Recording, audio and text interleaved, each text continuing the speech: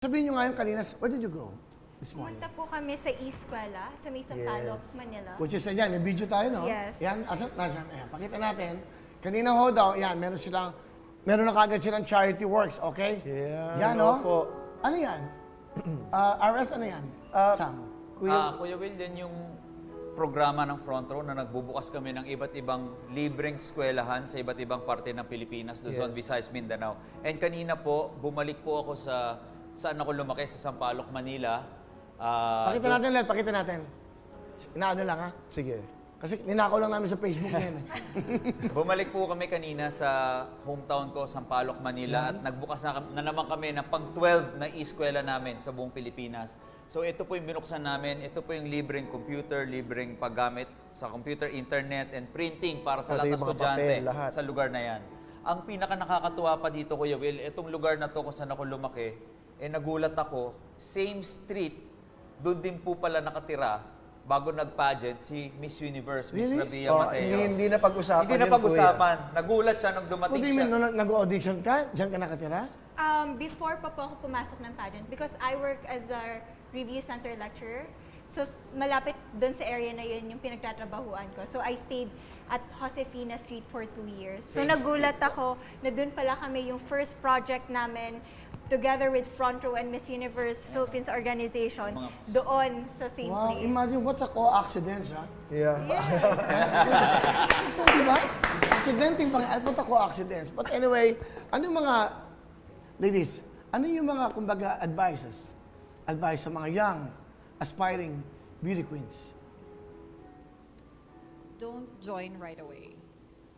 Finish your studies, gain more life experiences, because later on, these life experiences is something that you can share to other people.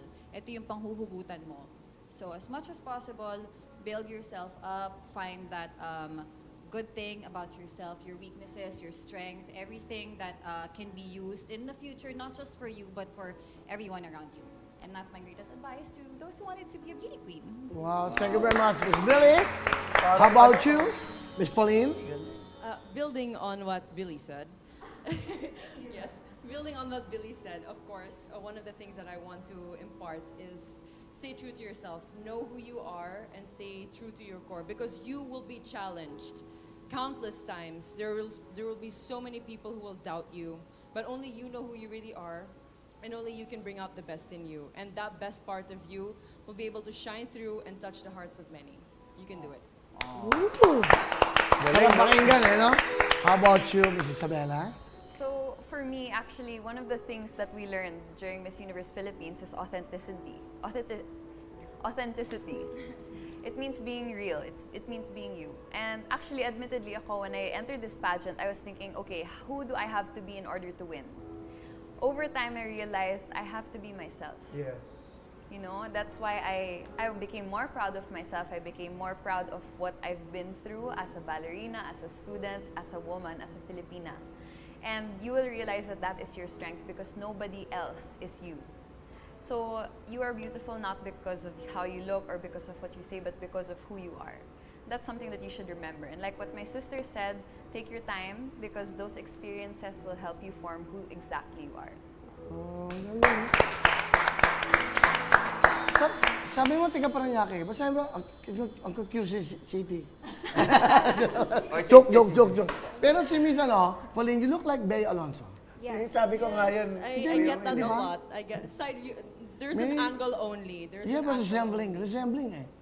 Resemblance. Assembly. Joke, Got ka naman, you. no? Got you. Sinihirapan niyo ako, Got okay? you. May resemblance sila, no? Bea, no? Yun yung sabi ko kanina, Kuya Will, di ba? Nung I habang get that kumakain a lot. We tayo. talked about it earlier. And actually, ever since I started joining pageants, that's what people tell me. "Look, you look like Bea Alonso." Thank you. Okay.